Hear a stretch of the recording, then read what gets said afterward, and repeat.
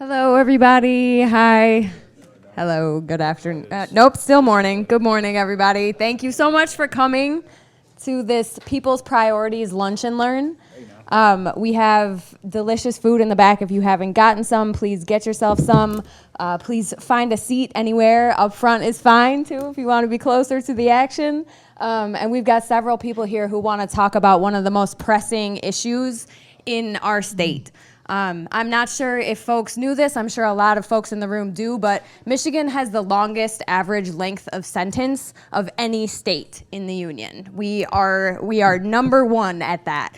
And we also spend the highest percent of our budget on average on corrections, meaning we don't have a lot of extra money to complete some of the really urgent tasks of our state, like becoming climate resilient and other things like that. And we have a lot to do and a lot to overcome. And so there are groups here that have been working diligently, some of them for dozens of years, on sensible decarceration in our state, which would, both make us more humane, bring us more in line with the rest of the country, and also allow us more flexibility to do things that actually increase public safety and health for all Michiganders. So I'm going to introduce to you several people. There are representatives here from Safe and Just Michigan, from Citizens for Prison Reform, from Michigan Justice Advocacy, and former Rep. David LeGrand as well. And we are just going to take a little bit of time to learn about some different policies that are in front of the legislature right now that, we can urge ourselves and our bosses to sign on to. So without further ado, I'm going to first introduce Ronnie Waters from Safe and Just, and he's going to talk a little bit about juvenile life without parole.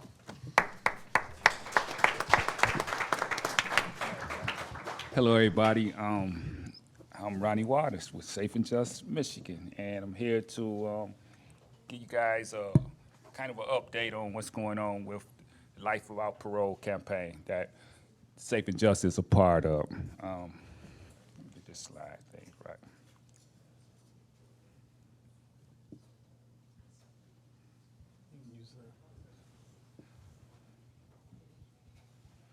Okay, we get this going. Yeah. We got a campaign to end life without parole in the state of Michigan. As everyone knows, most people know, in 2012, United States Supreme Court ruled that mandatory life without the possibility of parole was unconstitutional. And the state of Michigan has not been following the ruling that the courts put out. So we're hoping that we can get that banned, because a lot of people don't know that they can still sentence people to life without parole. It's the judges, after they have a Miller hearing, look at the mitigating factors and things and determine if there's redeeming qualities about a juvenile, that they can sentence them to life without parole again. So we're hoping to eliminate that from the process. And just to give you a global context, is that the United States is the only country in the world that still sentences kids to die in prison. When Miller versus Alabama declared mandatory life sentences unconstitutional in 2012, Michigan had the third most juveniles serving that sentence, behind only Pennsylvania and Louisiana. Today, Michigan has the most juveniles waiting to be resentenced on any state. The most. Since Miller, 28 states have ended the practice of sentencing juveniles to die in prison. These states include many ruby red states like Texas, West Virginia, Wyoming, Arkansas, and the state of Kentucky. Yet Michigan is hesitant to do so.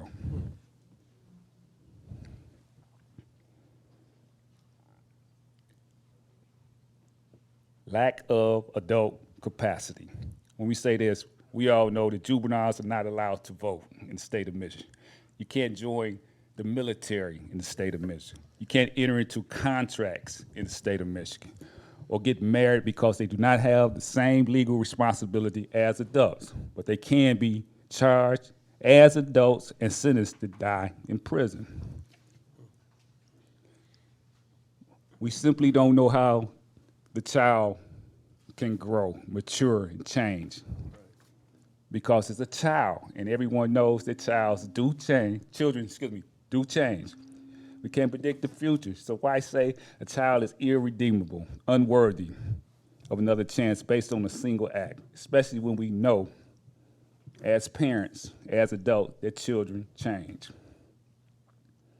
The recidivism rate is less than 1% of all the people who have been resentenced in the state of Michigan.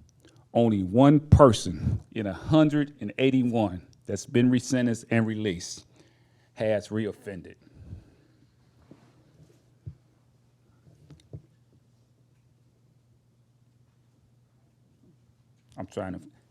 This is recidivism rate of 0.55% compared to 22.1% for MDOC as a whole in 2022. Other states have similar numbers like this. The state of Pennsylvania, 2 people in 174 have reoffended. That's 1.4%. Very low rates. I wish we could say no one has offended, but unfortunately, one person has. And that was not a violent crime. What the bills would do. These identical bill packages have been introduced in the House Bill 4160 to 64, and Senate Bills 119 to 23. The bills would end life without parole sentence for juveniles going forward. 2, allow the serving juvenile sentenced to be re-sentenced to a term of years from 10 to 60 years, the minimum not to exceed 40 years. The critics say in committee hearings in the spring, and since the bills have been criticized by opponents for not reserving life without possibility of parole sentence for certain classes of crimes, and 2, for making people eligible for sentence as low as 10 years. The critics, they don't like that someone is eligible for parole at 10 years. But I'm gonna tell you from my experience, I don't know if I said it, but I'm a former juvenile lifer myself, and I know quite a few juvenile lifers. And I don't know any of us that would have got a parole after 10 years. Eligibility and actually getting a parole is completely different things. So to be truthful with you, maybe there are cases where someone would get a parole at 10 years, but for the overwhelming majority, that's not even a reality. So to be eligible at 10 years, well, totally different from getting a parole. Bill sponsors are speaking with colleagues about the potential changes that could bring on additional support, but will not agree to changes that undermine the fundamental goals and values of the bills. Let's do some myth busting. Opposition messaging. If you agree that children have a different level of legal responsibility than adults, this question should answer itself. Kids shouldn't be subject to the most extreme punishment permitted by the law, Michigan law. Furthermore, if you agree that we can't know who a child might grow up to be, then you should agree that the state should not sentence children to die in prison with no chance for parole. Children change. We become adults. We start thinking like adults. We age out of crime. We want to prove to people that we have some redeeming quality, that we not, as famous man once said, the worst thing that we ever done in life. So I know for a fact that when I first went to prison and the person I became like 20 years later were totally different. I look back and I didn't even know that guy. Was ashamed of everything that he ever done in life and wanted to find a way to make someone see that I wasn't as bad as what you may have read about or what I have done in life. I just wanted a chance to be better. And that's how most juveniles think. 10 years is the floor, not the ceiling. Judge have already resentenced hundreds of juvenile lifers with no impact on public safety. The bills will just lower the minimum sentence allowed to 10 years. Critically, a 10-year minimum does not mean release, as I said, in 10 years. It means parole eligibility. And the parole board has discretion to deny parole and routinely denies parole for decades. I know they don't, when you first become eligible, it's very rare particularly on a violent sentence to get a parole. It just doesn't happen. And for someone who has committed a murder to come in front of them after serving just 10 years and you were sentenced to life without parole, I don't see it happening. But maybe in certain circumstances, this can be used to get someone out for 10 years. I'm thinking about a case where, in Oakland County, where a mother advised her 14-year-old son to take it to court.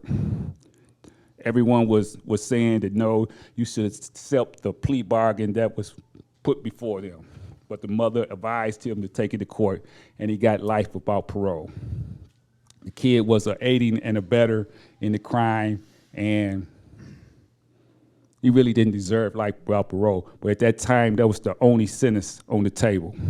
So maybe if he's eligible in 10 years, he probably has a good chance of getting parole. But most of them will serve decades behind bars. Just before I stop my little presentation here, I want to let everybody know that Safe and Just Michigan has a Legislative Advocacy Day on October the 3rd, and we would love for everybody to show up for this. It's a flyer that's being passed out. If you need more information on what's going on, just please contact me or anyone at that table right there. So we need love for you guys to show up. If there's any questions about life without parole for juveniles, be happy to try to answer them. Thanks. Thank you. Thanks.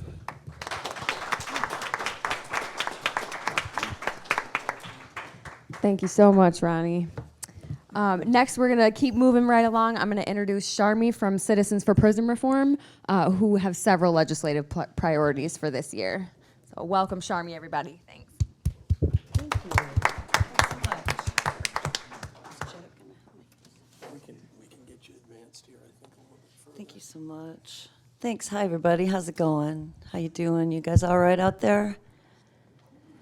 I want to thank Michigan Justice Advocacy for having us all here today. I want to thank all of you for coming by. I know you're running from meeting to meeting, and I'm glad we can offer you some food and something for your thoughts. So we are Citizens for Prison Reform, and we're here today to talk about the urgent need for corrections oversight. We started about 10 years ago, I think, and I'm new at my job, so I appreciate any grace you can give me. But our founder, Lois Polano, who's here with us today, her son was 11 when he was diagnosed with bipolar, and then he was 15 when he entered the adult correction system. And it was from inside solitary that he began to urge his mother to do something, please, for him and for everyone else that he was hearing and seeing all the things that were happening around him. And I think that it's really important for us to talk about that. Every time I stand up, I'm going to remind people why we're here today. And it's because Lois Polano did something. And we're going to keep doing something until we stop killing people in the prison system. We're here today, thank you. We're here today to talk about the urgent need for corrections oversight. And the first bill that we're going to talk about is to expand the office. And I'll just do this briefly, and then we'll move through the slides. We're expanding the Office of the Legislative Corrections Ombudsman. The last time that this was, thank you, Jack. You're way better at this than I am. The last time that we did anything with this legislation was 1975. That's the year Jimmy Hoffa went missing, for reference. So we're going to attempt to do this now, and I think it's going to be a relatively easy task. Lois has been working closely with Keith Barber, the ombudsman himself, on this oversight work. So this is going to require public data reporting on complaints filled at all prisons. Did you respond? How long did it take you? What was the outcome? That kind of thing. And allows family members and employees to file complaints if they're concerned. It allows employees within the prison system, if they've got concerns about someone's well-being. We know that roughly 30 to 40% of the folks in our Michigan prisons have mental illness, mental health care issues, cases. I think they're specifically on cases. So anybody that is concerned can go ahead and file a complaint as well. And it permits the corrections ombudsperson, we're changing the name, to invite experts on prison visits and provide input on investigations as well, which is really critical, I think. You know, families are the front line of corrections oversight because they're hearing directly from their incarcerated loved ones about concerns, human rights violations. Everything that we hear is from the people inside or from their families directly. And our loved ones continue to report all kinds of horrific, degrading, and inhumane treatment, such as food and water restrictions, chemical sprays, being pepperballed. I learned this on Monday during the hearing of Jonathan Lancaster about what an extraction looks like from a prison cell. It sounds nice, an extraction, but they actually gassed and pepperballed Jonathan Lancaster, who was incapacitated at the time, in order to extract him from that cell. So that's a little terminology correction we're going to do here. I don't think this is going, Jack. I don't. Give it a click. Do I It'll go. just click it? So folks, they report degrading and inhumane treatment, food and water restrictions, turning off the water and not feeding folks, chemical sprays, hog tying people. They restrain them on the cement slabs. They lose their privileges and loss of visits, which is something we'll be talking about in just a minute. 85% of family respondents report that they were denied phone calls or had visiting restrictions while their loved one was in solitary. That's 85% of all their contact, and we know, scientifically now, we know how critical it is for people who are incarcerated to have contact with their family members. It makes the world of change, world of difference. So we did have, on Monday, a Alger County District Judge dismissed all charges against 6 prison employees. 2 had already been charged and sent on with their charges in place, and they're going to be prosecuted. There were lesser charges, but on Monday, the prison wardens, the nurses in charge of taking care of Jonathan Lancaster, the people that were directly involved in denying him food and water, had all their charges dismissed by a judge who almost wept several times talking about what he had seen on video, because everything that happens in the prison is recorded. So these family members have been getting those pictures and videos out so we can see what actually happens during an extraction, so we can see what actually happens as someone dies in a solitary confinement cell. These are some of the other folks that we know about who've died in solitary confinement in Michigan prisons. And while I understand this arduous task we have of trying to convince people to care about people who are incarcerated, whether or not they're killed or not, I'm really grateful to have these people up here with me working alongside us so that we can continue to educate people. And just, you know, I guess the question to ask is, when is it appropriate for the state of Michigan to kill you? I think that's a really good question for us to ask of each other and ourselves. Here's Jonathan Lancaster prior to entering prison. He was in there for armed robbery, a 9-year sentence, but it ended up being a death sentence for Jonathan. He lost 51 pounds in how many days? I'm not sure. 15 days. And we have, if anybody would like to see the psychiatrist report that says that John was in full-blown psychosis and not on a hunger strike, he was in psychosis and not actually refusing to eat, we can give that to you as well. We're very, very disappointed and a little frightened by that ruling, quite frankly, because we want to know when we can protect lives while we're in there. So I think we have papers on your table that outline the rest of our legislative efforts for the year. The first one, again, is expanding the Office of Corrections Ombudsman. And then we're going to have a bill coming out, and that Ombudsman bill has been introduced by Senator Santana. It's SB 493, and she's got a lot of co-signers on that. We're going to be announcing the introduction of an ending solitary confinement bill, obviously. After just the few things I've told you today, you can see that it's pretty urgent work. We believe it'll save money and lives, this work. It's known under many different names, but the ongoing use of solitary confinement it's been identified by the United Nations as torture. And it isolates someone in a cell the size of a parking space, for 22 plus hours a day. So solitary causes severe physical and psychological harm, anxiety, depression, psychosis.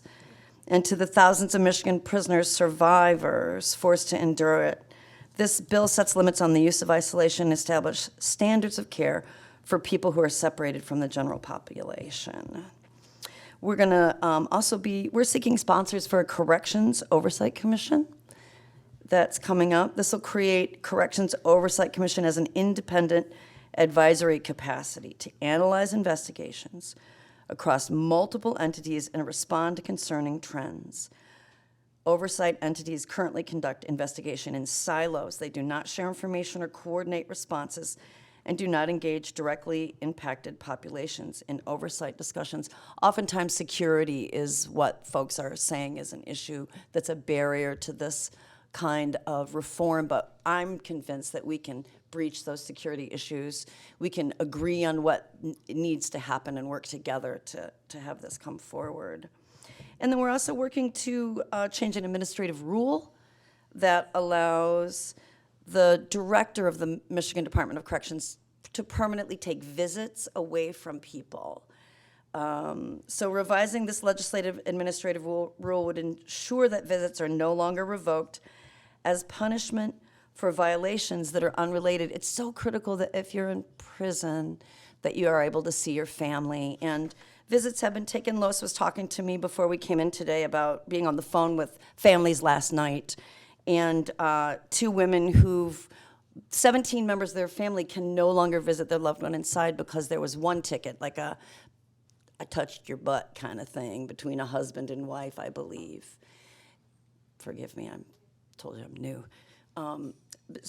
But now, no members of that individual's family can come in and see him. And I know this sounds, again, it might seem small, but everything matters when you're inside a prison wall and you're going to be coming out, because we want folks to be able to see their families. We don't want them to be psychotic when they're released back into the community. We want our loved ones to be able to make their way home to us. We really do.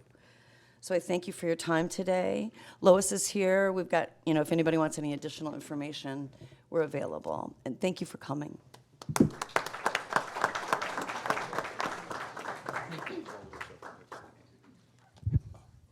Thank you so much, Sharmi. We're now going to hear from Jack Wagner from Michigan Justice Advocacy. Michigan Justice Advocacy has been working on good time. Michigan, again, keeping in line with our pretty poor carceral instincts, we are one of only 2 states that allow no earned time off incentives for anyone who's incarcerated. That puts us really out of line with correctional best practice, and we're going to hear from Michigan Justice Advocacy about how this can be rectified. Does this microphone work? Good. I'm going to use that one, and I'll give this one back to Jack. So first I wanted to touch on a little history. You can look at this timeline and graphic and see that Prior to 1978, we had a good time policy, and I think it's important to note that actually we've had a good time policy in the state of Michigan for over 100 years prior to Proposal B coming into place. Proposal B took it away for a select category, but then ultimately it was taken away in its entirety, and since 2000 we've been operating on no positive incentive currently in the prison system. So that's where this timeline picks up, and this is an opportunity to look at the bill history that has been attempted to restore good time. So starting in 2009, you see that alone George Cushenberry introduced a bill because it was 10 years after Truth in Sentencing had taken effect, and 7 years after the Sentencing Commission was disbanded, and I think he recognized the need at the time to let's take a good look at this and go back maybe and talk about good time. Our very own David LeGrand and Martin Howerlich tried again in 2018. Michigan Justice Advocacy was birthed in 2020, and so we asked then Senator Jeff Irwin to introduce what was also the same language. So up until this time, the three bills that were introduced had the language that existed prior to 1978 for a good times credit schedule. What we did was we met with some attorneys, we looked around the rest of the country, we looked at what other states are doing, and we came up with a simple policy that actually Kyle Kaminsky advised us to say, whatever you do, make it simple. And that's what we did. So we have a 30-day credit for 30-day serve policy. We didn't do any carve-outs. Again, simplicity. We feel as though the punishment was the length of the sentence someone received. So we wanted this policy to be an opportunity for anyone except for those serving life. And you can see by 2021 when we introduced that, we were gaining more momentum.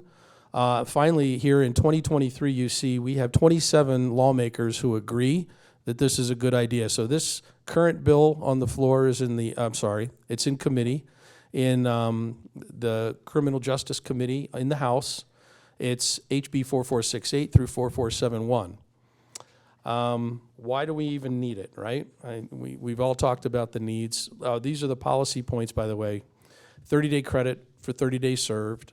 No carve-outs. All sentences are applicable except those serving life. And we want it to be retroactive. And this might be one of the key differentiators, I believe, between ours and some of the other policies. We want someone to have their institutional record examined, go back to the beginning of time when they were first brought into custody. And let's give people credit for their performance over time. So now why do we need it, right? Here's the rationale. So truth in sentencing sets a floor that you can't go under. 100% of your minimum has to be served. Okay. Then, as truth in sentencing came onto the scene, we still continue to increase sentence lengths. So now we have this ratcheting thing where you've created an effect where you can't unwind it, you can't go backwards unless we do something statutorily. We need to correct legislation or provide legislation, and what we're arguing is good time provides a management, an incentive-based management tool where you can start to distinguish who's learning from their mistakes, how is that reflected in their institutional records, and then therefore let's give credit to those folks because they are recognizing the error of their way. This policy will, probably not everybody will take advantage of it, but we want to obviously recognize those who are taking advantage, and let's get people in front of the parole board sooner. This does not take away the jurisdiction of the parole board. This is a matter of let's just get people in front of the parole board sooner. So in our opinion, and as you saw the momentum over time, we believe it's time for good time. And I'm going to cut it short so I can give more time to my distinguished colleague, former Representative David LeGrand. Hey, everybody. So great to be here with you, and thanks, Jack, so much, and all of you who are working on these issues. The longer you do this, the longer you see fellow travelers who just put a lot of blood, sweat, and tears into these issues. I've played in a lot of these issues as has been mentioned before. So I want to get around to the thing I'm working on currently. But before I do that, because I'm a politician, Politicians are sort of salespeople, and so I always think it's really important to come up with like your kernel key elevator pitch, like why this makes sense. So here, I just want to go over all of these things a second. So good time. Here's the basic way to sell good time that I think. We all, with, say, our children, use carrots and sticks, right? If you want your kid to clean his room up, you don't say, clean your room up or I'm going to give you a timeout. It's always more effective to offer a reward. Now, if the reward doesn't work, you can move to consequences, but rewards are always better. So why would we not want to use a reward system inside of our prisons? It's basic, good, effective discipline to use carrots. Now, the other thing that hasn't been brought up yet is we use this in our jails.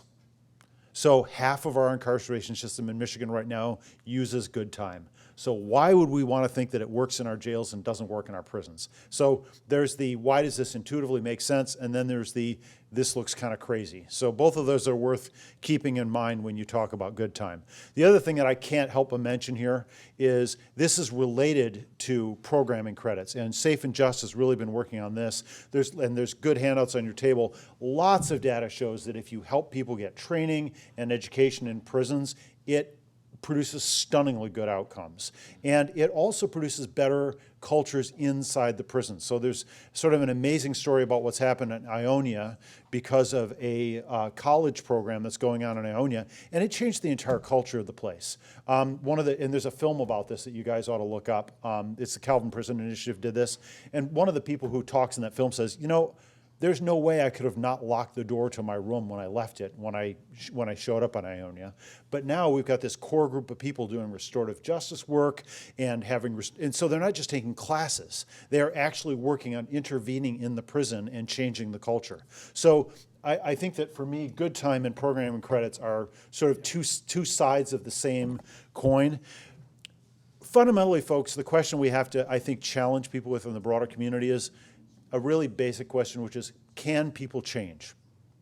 If you believe people can change, then of course you're in favor of re-examining juvenile sentences that have no end in sight, because you're implicitly saying that something can happen when someone is a juvenile. They can't possibly ever become a person who you'd want to have as a next-door neighbor. And that's just not true.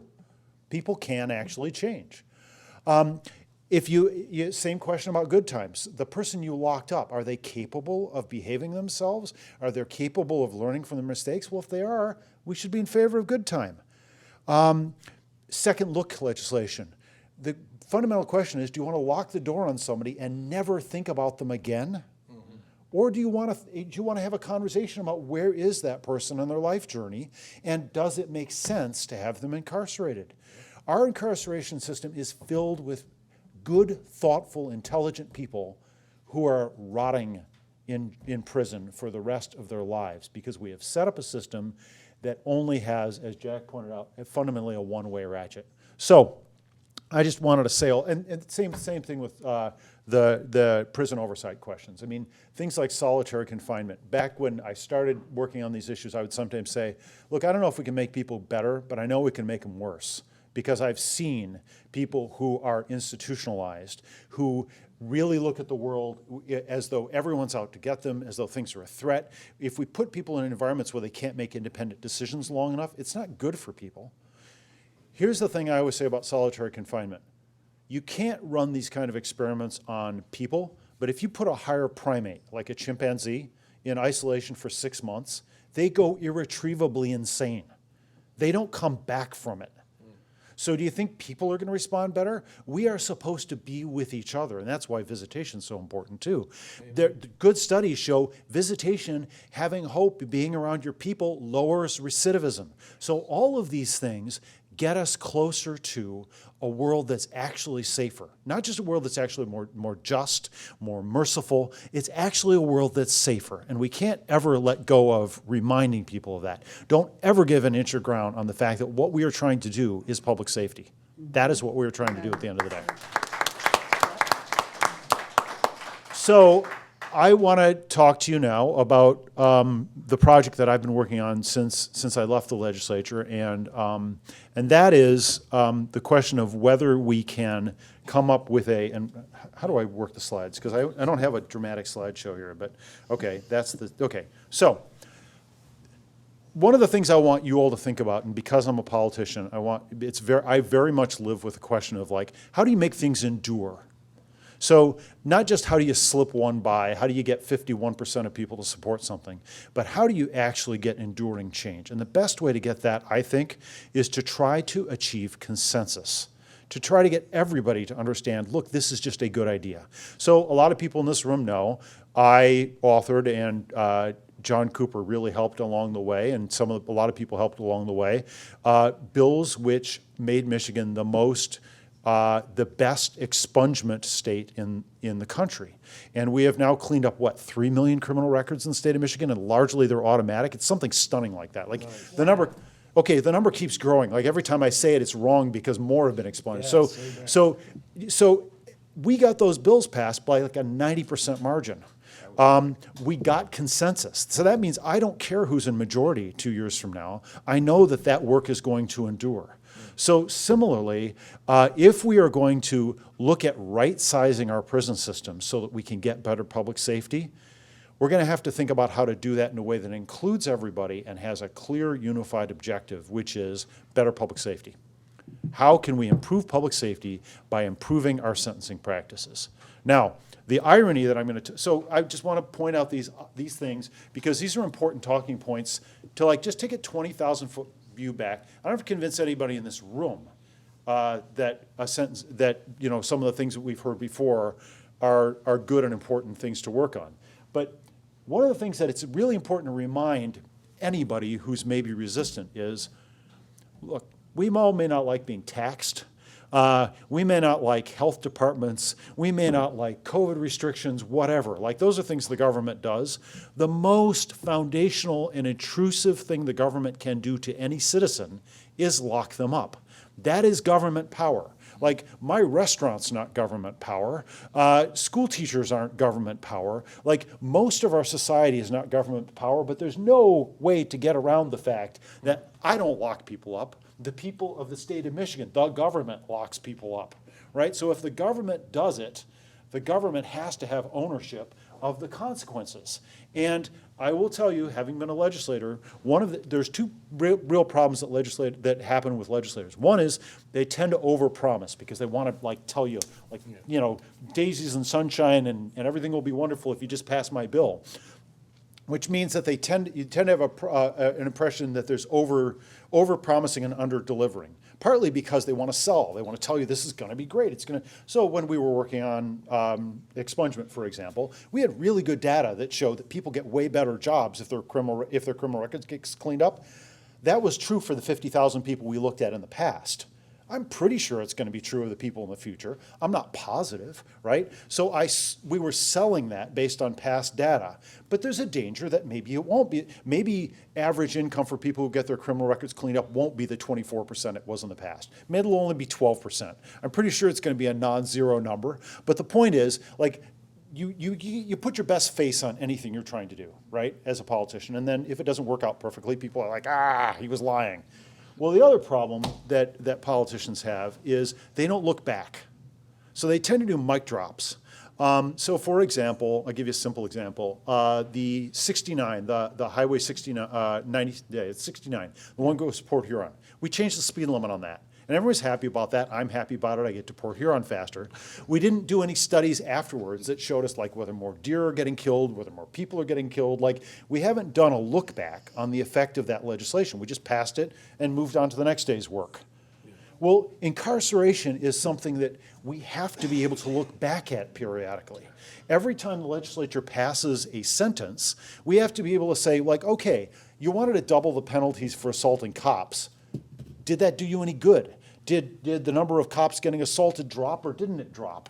How many people got incarcerated on that? So for example, one of the bills that keeps me up at night is my friend Tommy Brand got a bill passed which makes it a 10-year felony to kill your goldfish. Now, I don't think many people got incarcerated on that one, but we should look back and see whether lots of goldfish murderers are getting incarcerated, because we probably don't want to spend money on that, right? So Michigan so the other talking point on this is we're weird. About half the states in the country have sentencing guidelines. And of those, all of them have a sentencing guideline commission except us. So we created one and then immediately destroyed it. It never met. So when we made the guidelines in the 90s, we made a sentencing guideline commission, but then we disbanded it. So basically it's like, we have a bus and we jumped off the bus after it stopped running, or we blindfolded the driver, or whatever metaphor you want to use, but we sentence, but we don't look back, and we don't have a group of experts who can examine the consequences of what we're actually doing. Yeah. So that's point number 3. And I guess point number 4 also, right? Like, we have to keep looking back and seeing, like, is this thing that, whoever sold actually working? Is keeping people for armed robbery in prison for 20 years more effective than keeping them in for 10 years or 2 years? Like, what are the effects on their families? What are the effects on the next generation? I mean, we can't be all that surprised. You all probably know, many of you in this room, that the odds of someone becoming incarcerated in our prison system are 10 times higher if a parent's been incarcerated in the prison system. We can't be all that surprised by intergenerational incarceration if we just keep breaking up families and then being like, gee, why did this happen, right? I mean, the intergenerational effects of mass incarceration are real, and we have to start talking about them. So, I don't know if I got any other slides. Oh yeah, okay, so I want to tell you what's going on here briefly, progress, and that is on the back of this sheet, it didn't print out perfectly, are a whole mess of groups of people who are supporting a guideline commission. It's a really impressive and comprehensive list, as you can see. It's a 2-bill package. It's through the House. One of the 2 bills got through the Senate. The other one is not. So we are on the cusp of creating a sentencing guideline commission. That's the good news. The second thing to know is who's on this commission.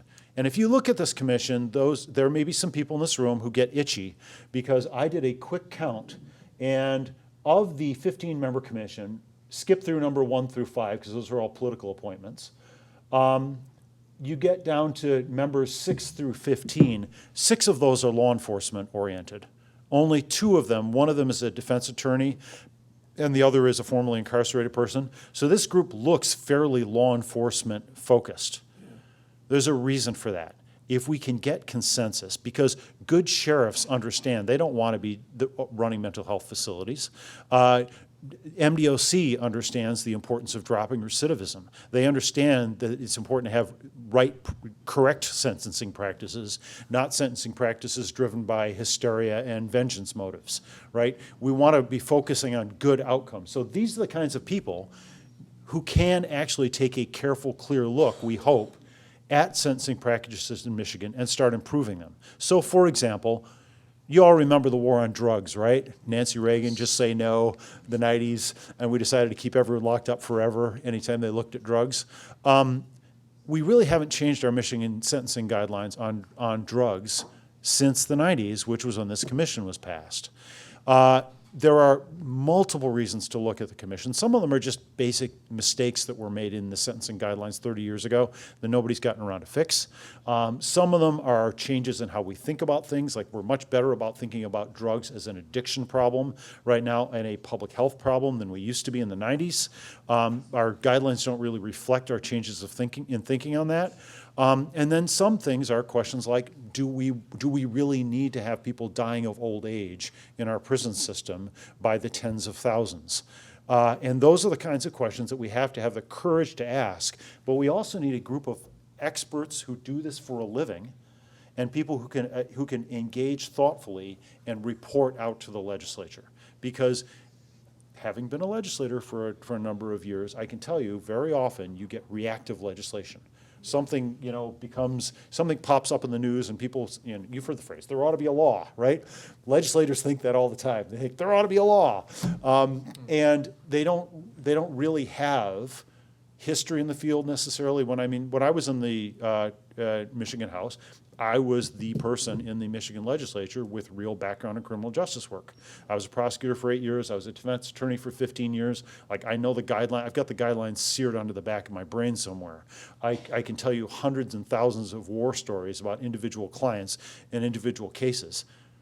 a lot of my colleagues got elected from dairy farms or owning an auto parts store, and that's great to build a legislature for people with diverse experiences, but it doesn't give you the best deliberative body to think about what should be good policy about X, Y, or Z, right? That group can discuss, but they need another group to pre-think about the stuff. And so the hope is to get judges who do this every day, to get defense attorneys who do this every day, to get formerly incarcerated people who have real experience in the system, to get mental health experts who really have dealt with people who struggle with mental health issues and get justice involved, to have all of those folks lend their expertise to a broader vision that can maybe get us away from this broken place we are on sentences, which is that we don't really, we don't think about the whole puzzle.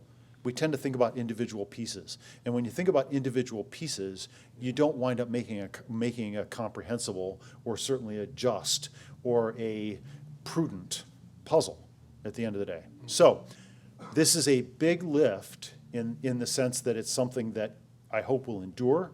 The other good news is there's already been $1 million allocated in the budget this year for this. So we currently have a budget for a non-existent commission. So if you're all interested in this, I would urge you to talk to leadership in the House and the Senate about how important this is, that we actually get this thing off the ground, which we already have money for. People are generally supportive of this, but everything in Lansing has bandwidth issues, and squeaky wheels tend to always get the grease. So I'm not telling you that anybody in leadership in the House or the Senate is opposed to this, so they're not. That's the great news. It already got through the House. It got halfway through the Senate. What I am telling you is everybody's got limited bandwidth. Everybody's got limited time and attention. And so people respond to expressed urgency. So all of your help advocating on this will be great. And I think that commission potentially plays in a lot of these spaces. So I was thinking about, for example, the Juvenile Life Without Parole, and I think Safe and Just had the great data out there about, correct me if I'm wrong, John, or if I'm, but I think it was 75% of people on Juvenile Life Without Parole were sentenced because of the felony murder mechanism. Is that right? It's about 2/3. Okay, so a lot. Do you all, hands up if you don't know what felony murder means? Okay, what it means is you were committing a crime, and in the case facts, somebody wound up dead. So for example, if I stole your wallet and then, I don't know, you fell out the window, because I was struggling over the wallet. I wasn't trying to kill you, but you died in the course of me stealing your wallet and you had enough money in it that was a felony. That would be felony murder. Or so in other words, I didn't wake up in the morning thinking I want to kill you, right? So when we use the word murder, there's a whole lot of stuff that falls under the basket of that word that doesn't look like what you think of when you think of a murder in a movie, right? Similar. So the point is, if a lot of those juveniles were near something that went really sideways, that doesn't mean they're an incurable person that's not amenable to change and not an appropriate object for mercy and not the appropriate object for eventual release out into the community. Now, the last thing I will say, because I can't not say this because this is my center of gravity, I'm only contingently a member of any political party, and that's going to be true for the rest of my life. What I actually am is a follower of Jesus Christ. And I cannot understand how anybody can say they're a Christian without believing in forgiveness, because that is the core value of my faith tradition. And I need forgiveness all the time, because I screw up all the time. I need people to forgive me all the time. I need a supportive community all the time. And that is absolutely true of every single person we've got incarcerated in the state of Michigan right now, too. They all deserve the possibility of forgiveness. They all deserve the possibility of mercy. They all deserve grace. They all deserve love, because, God damn it, they are human beings. Thank you.